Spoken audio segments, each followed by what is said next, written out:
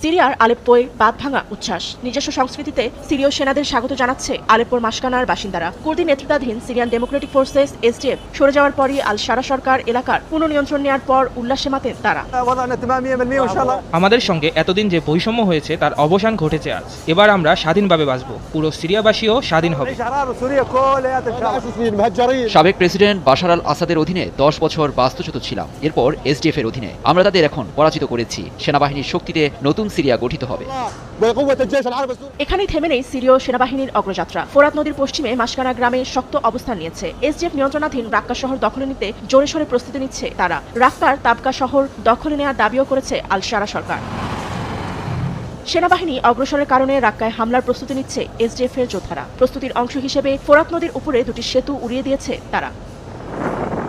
উত্তর সিরিয়ার দের হাফের শহরে দুটি গুরুত্বপূর্ণ তেল ক্ষেত্র থেকেও কুর্দি পিছু হটার পরই দখলে নিয়েছে সেনারা। অঞ্চলটির একটি গ্যাস ক্ষেত্র ও বিমান ঘাঁটিও নিয়ন্ত্রণ হারিয়েছে এসডিএফ। সেখানে সরকারি এবং এসডিএফ যোদ্ধাদের তীব্র লড়াইয়ের ফলে বাড়ছে আতঙ্ক।